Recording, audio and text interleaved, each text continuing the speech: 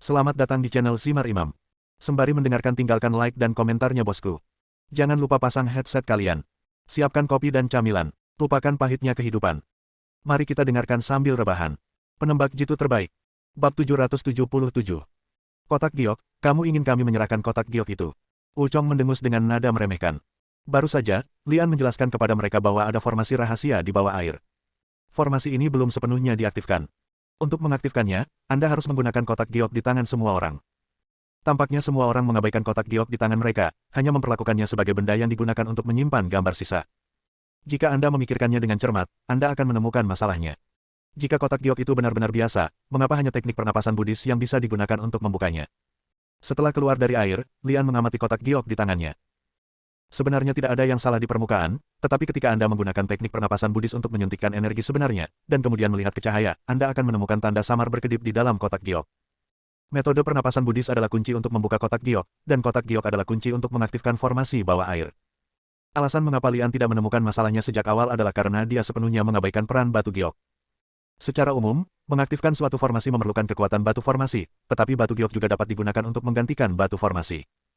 Perbedaannya adalah kekuatan yang tersembunyi di dalam batu giok jauh lebih kuat daripada batu formasi, dan dikonsumsi dengan sangat cepat.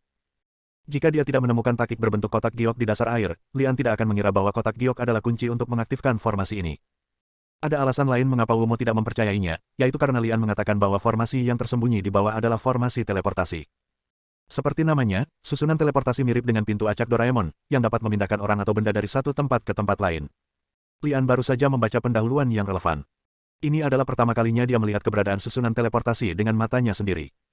Dia sangat terkejut sehingga dia mempelajarinya di bawah air untuk sementara waktu, jika tidak, dia pasti sudah keluar sejak lama. Sayangnya, waktunya terlalu singkat dan Li Anyuan tidak memahami seluk-beluk susunan teleportasi. Jika dia bisa mengambil kembali susunan teleportasi ini dan mempelajarinya dengan cermat, Lian yakin dia juga bisa membuat formasi serupa. Menarik. Ternyata itu adalah susunan teleportasi. Aku sudah lama tidak mendengar keberadaannya. Pria berkemeja putih tersenyum tipis, tetapi hanya sedikit orang yang tidak meragukan Lian, dan dia langsung melemparkan kotak giok itu ke Lian. Ling Ye, Su Xiaomei, dan Meng Lu mengeluarkan kotak giok mereka satu demi satu. Melihat ini, Wu Mo hanya bisa menyerahkan kotak gioknya kepada Lian. Wah, jika kamu memberitahuku bahwa kamu berbohong kepadaku, atau bahwa kamu ingin mempermainkanku, aku jamin kamu akan mati dengan mengenaskan. Wu Chong mengancam.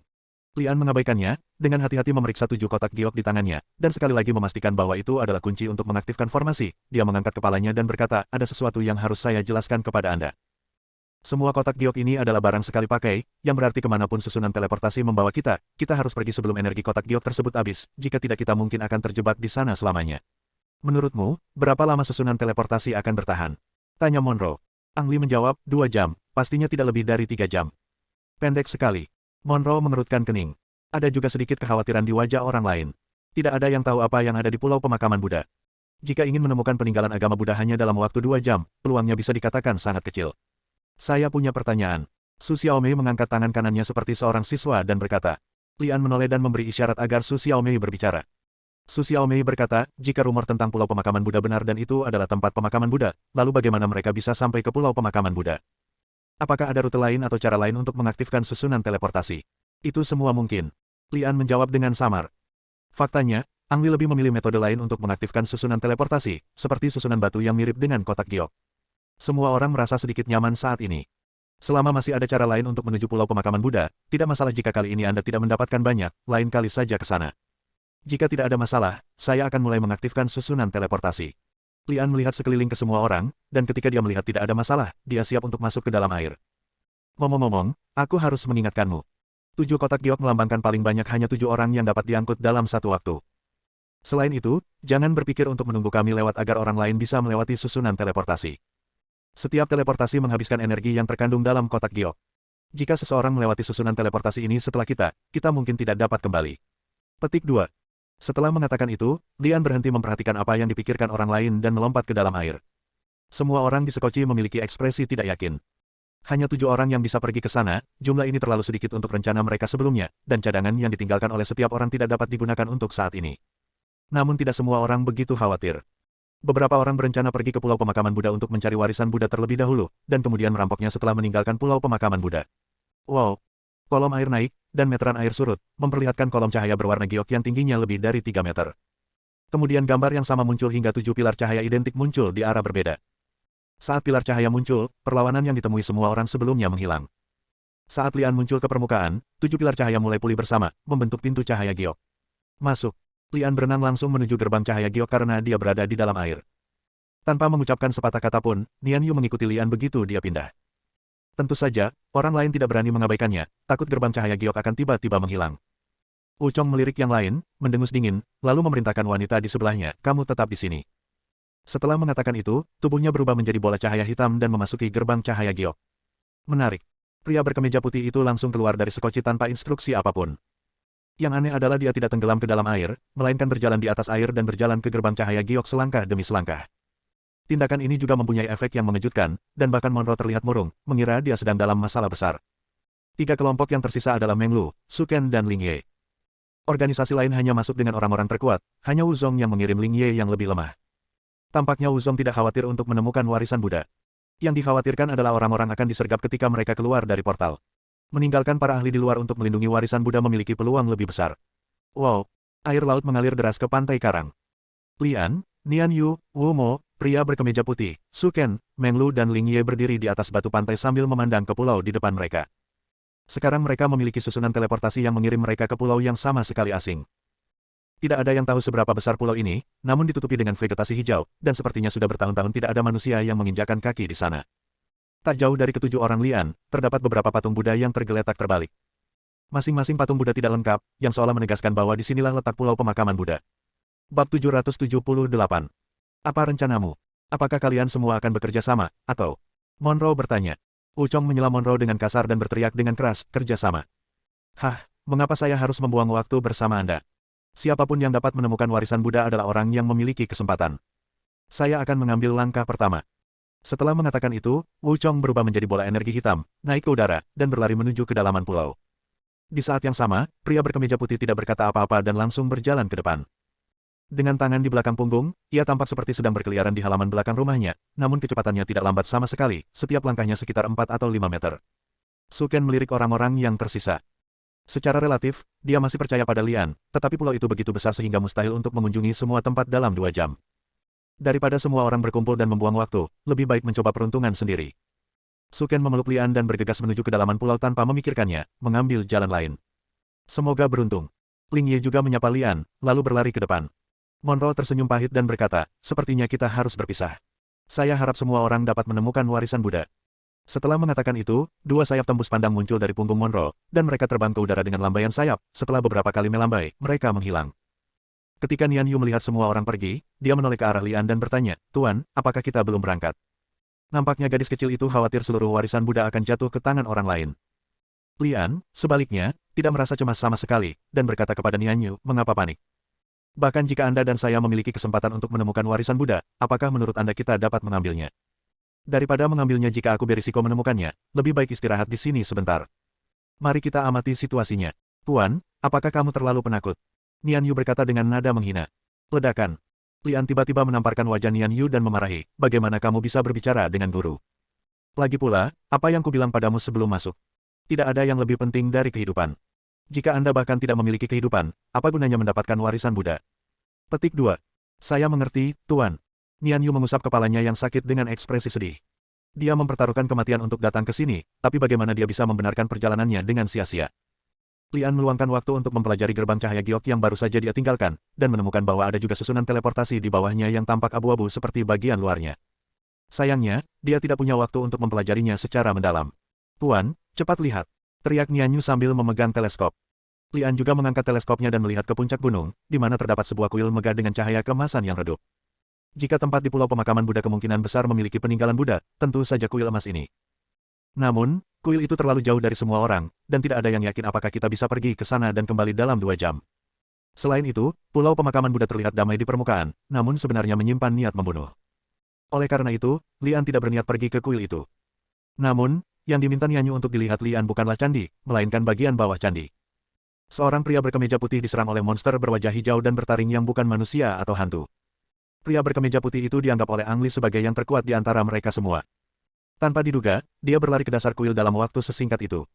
Sepertinya jika dia tidak ditembak, dia akan memasuki kuil dan berjalan-jalan dalam waktu 2 jam. Kembali adalah masalah kelonggaran. Sayangnya, dia diserang monster. Boom, boom, boom. Pria berkemeja putih dan monster itu bertarung dari langit ke tanah, lalu dari tanah ke udara. Setiap kali mereka bertarung, rasanya seperti bom meledak, dengan momentum yang mencengangkan. Adegan pertarungan semacam ini jelas bukan milik seorang seniman bela diri yang kuat.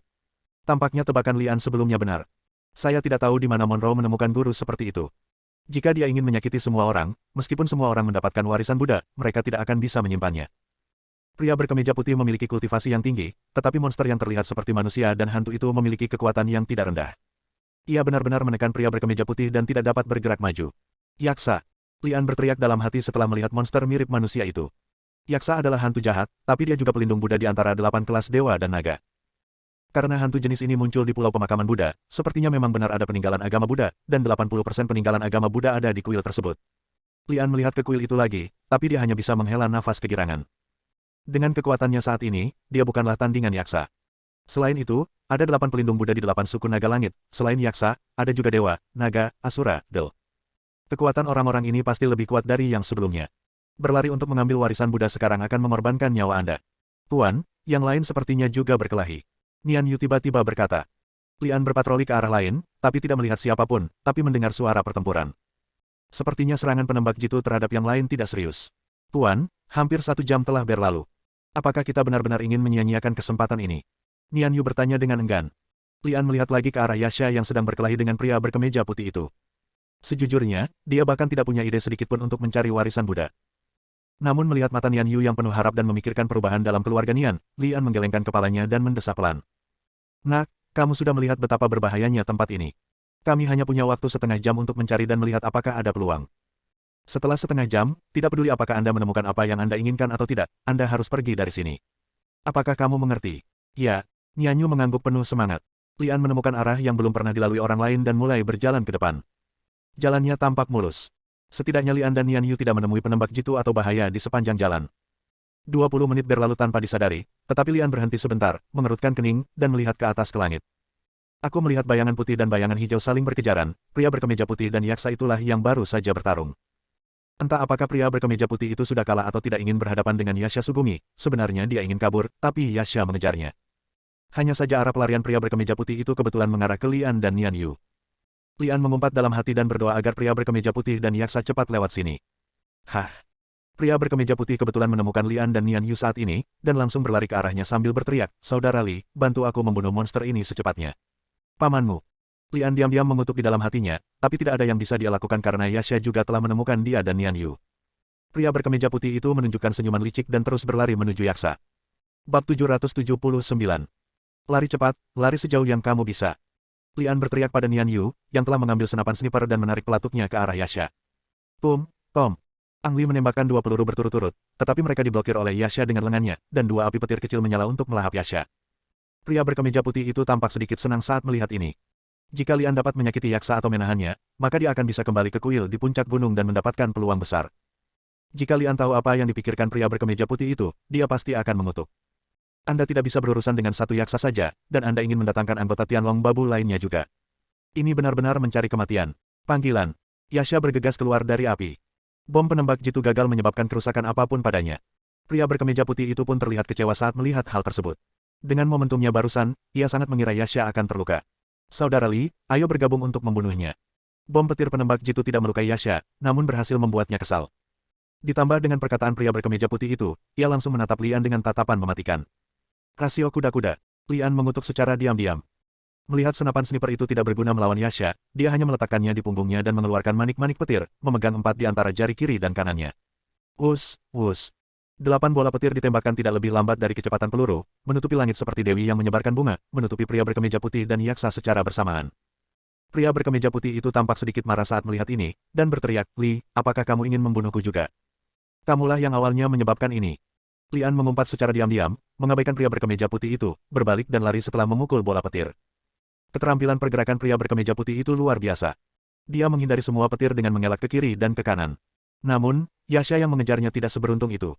3 dari 8 manik petir menghantamnya. Boom, boom, boom.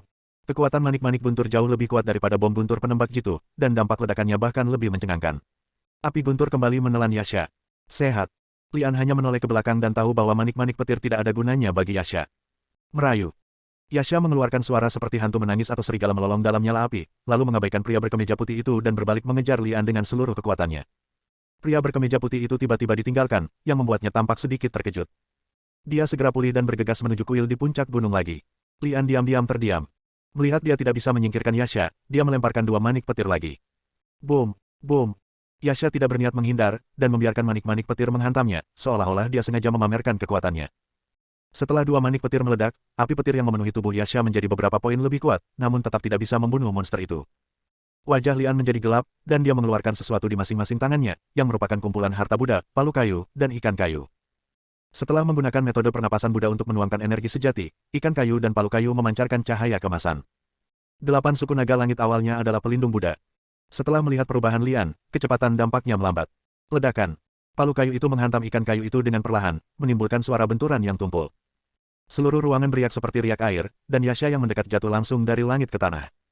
Pria berkemeja putih yang berlari menuju puncak gunung lagi di kejauhan juga bergoyang, kepalanya terasa berat, dan darah di tubuhnya mendidih. Dia buru-buru berhenti dan menekannya, lalu berbalik untuk melihat ke arah Lian terkejut. Nian Yu, yang telah melarikan diri tanpa jejak, tidak beruntung. Meskipun dia berada jauh, kultivasinya adalah yang terburuk. Dia pingsan dan jatuh ke tanah setelah mendengar dampaknya. Bahkan Meng Lu, Su Ken, Wu Mo dan Ling Ye yang berada lebih jauh terpengaruh dalam tingkat yang berbeda-beda. Ya, inilah kegunaan sebenarnya dari kumpulan harta karun Buddha yang ditemukan oleh Ang Li, serangan sonik. Kekuatan serangan soniknya jelas, tetapi konsumsi energi yang menyebalkan juga sangat mencengangkan. Lian sepertinya sudah kehabisan darah, dan wajahnya sudah sedikit pucat. Jika ini terjadi beberapa kali lagi, Lian mungkin akan kehabisan energi aslinya. Kali ini, Lian tampak tegar dan mengangkat palu kayunya untuk memukul ikan kayu itu lagi. Nyala api telah menghilang, memperlihatkan wujud asli Yasha. Dia yang paling dekat dengan Lian secara alami adalah orang yang menderita dampak paling besar dari gelombang sonik. Tidak ada ekspresi di wajah garang itu, tapi matanya jelas berkilat ketakutan. Melihat Lian hendak menyerang dengan gelombang sonik lainnya, dia terbang ke udara dengan gerakan tubuhnya, lalu lari seperti meteor. Melihat ini, Lian diam-diam menghela nafas lega. Dia melihat sekeliling dan tidak menemukan bahaya lain sebelum menyebarkan kekuatan yang disuntikkan ke dalam harta Buddha. Dia memasukkan pil pemulihan ke dalam mulutnya dan berbalik ke arah kiri Nian Yu. Lelaki berkemeja putih itu baru saja menenangkan diri saat melihat lelaki yaksa itu terbang ke arah tersebut. Ia begitu ketakutan hingga tidak lagi berani memikirkan tentang kuil di puncak gunung dan melarikan diri mendekati tanah. Segera Lian menemukan Nian Yu terbaring di atas rumput liar. Melihat gadis itu menderita luka dalam, dia memasukkan pil penyembuh ke dalam mulutnya dan menggunakan energi aslinya untuk membantu mengkatalisasi efek obatnya. Sesaat kemudian, Nian Yu menarik napas dan membuka matanya. Menguasai. Nian Yu berteriak, lalu melihat sekeliling dengan panik, berusaha mencari pria berkemeja putih dan yaksa. Tuan, apakah Anda mengalahkan mereka berdua? Lian tersenyum pahit, bagaimana dia bisa begitu mampu? Jika bukan karena harta Buddha yang melindunginya, dia mungkin telah kehilangan nyawanya sekarang. Ayo pergi. Oh, ya. Jawab Nian Yu. Setelah kejadian ini, dia tidak lagi menginginkan warisan Buddha. Baru saja, Nian Yu berlari dengan panik, tetapi setelah menenangkan diri, dia menyadari bahwa mereka telah menyimpang dari rute aslinya. Hah. Saat keduanya hendak kembali ke gerbang cahaya giok, terdengar suara samar. Tuan, ini seperti orang lain, bisik Nian Yu. Lian menepuk keningnya, memberi isyarat kepada Nian Yu untuk berhenti berbicara dan mendengarkan dengan penuh perhatian. Saya tidak tahu bagaimana Meng Lu, Su Ken, Wu Chong, dan Ling Ye bertemu satu sama lain, dan mereka berempat juga menemukan pohon buah kiwi pada saat yang bersamaan. Setiap orang dalam garis keturunan Buddha tidak memiliki kesempatan untuk mendapatkannya, sehingga menemukan buah kiwi dapat dianggap sebagai panen. Saat ini, mereka sedang bersaing untuk mendapatkan buah kiwi.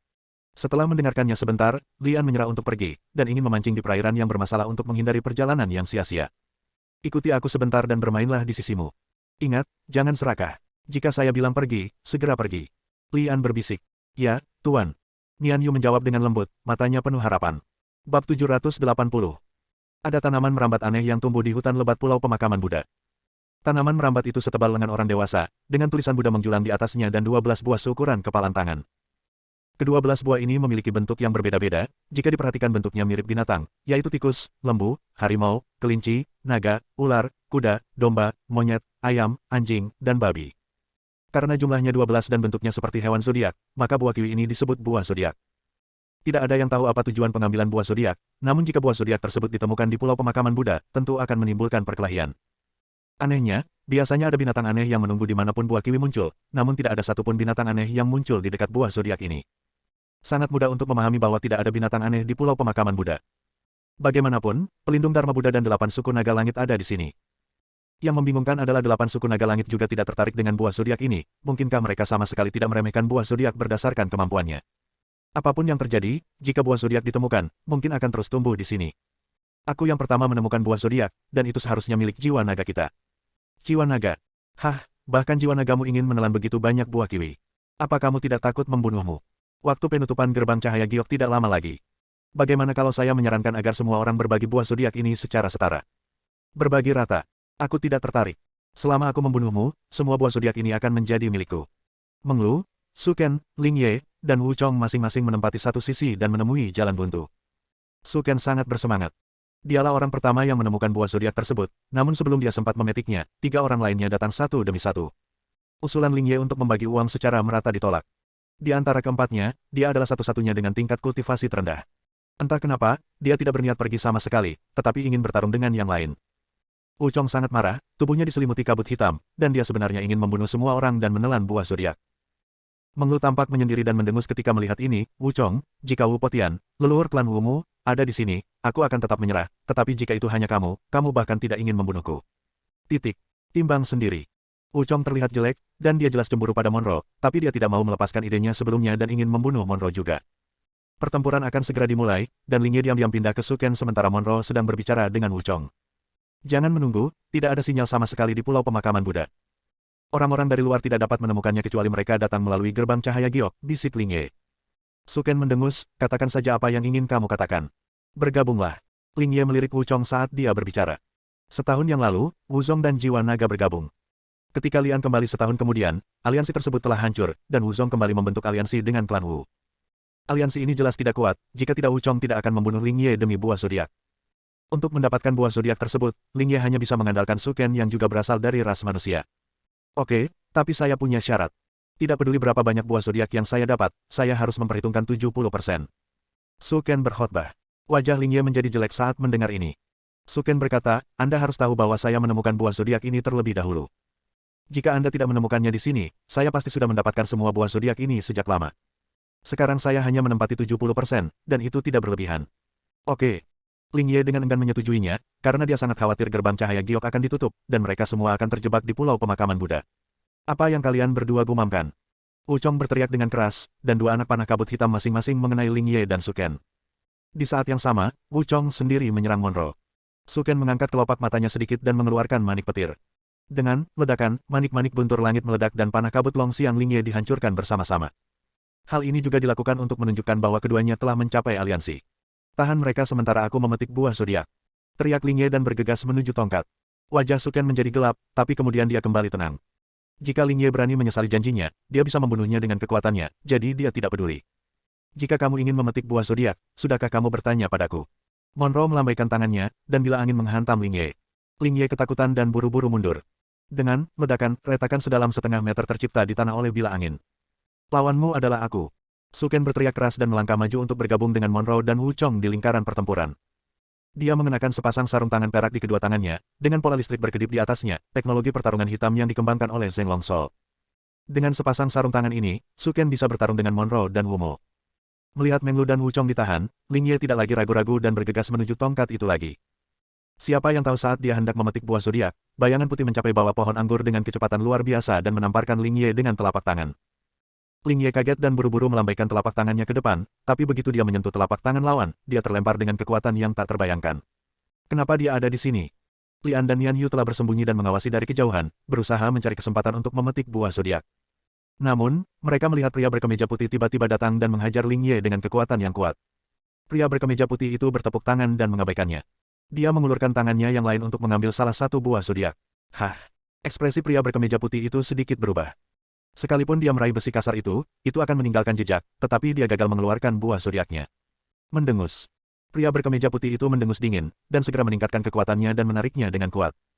Terdengar bunyi, pop, dan akar yang menghubungkan buah zodiak dengan pohon anggur putus. Suara tajam ini sebenarnya tidak keras, tetapi ketika Su Ken dalam pertempuran itu semuanya prihatin dengan buah zodiak dan segera menyadarinya. Simpan buah zodiaknya. Wu Mo meraung marah, meninggalkan Su Ken dan Monroe dan menyerang pria berkemeja putih itu. Ketika Monroe melihat bahwa orang yang memetik buah zodiak adalah seorang pria berkemeja putih, ekspresinya sedikit berubah dan matanya penuh dengan tabu, namun dia akhirnya mengertakkan gigi dan mengikutinya dari dekat. Su Ken tidak mau ketinggalan dan mengikutinya. Pria berkemeja putih tidak membuang waktu dan mulai bertarung dengan mereka bertiga, 1 lawan 3 tanpa kekalahan. Ling Ye bangkit dari tanah saat ini, melirik keempat orang yang berkelahi, dan menunjukkan keraguan. Akhirnya, dia merogoh sakunya dan memasukkan pil ke dalam mulutnya. Hah! Lian tidak bisa menahan diri untuk tidak melirik ke arah Ling Ye. Dalam sekejap mata, aura Ling Ye berubah secara menakjubkan. Tingkat kultivasinya meningkat pesat, dan kekuatannya mendekati Suken. Tidak ada keraguan bahwa Ling Ye menggunakan obat mujarab untuk merangsang potensinya sendiri.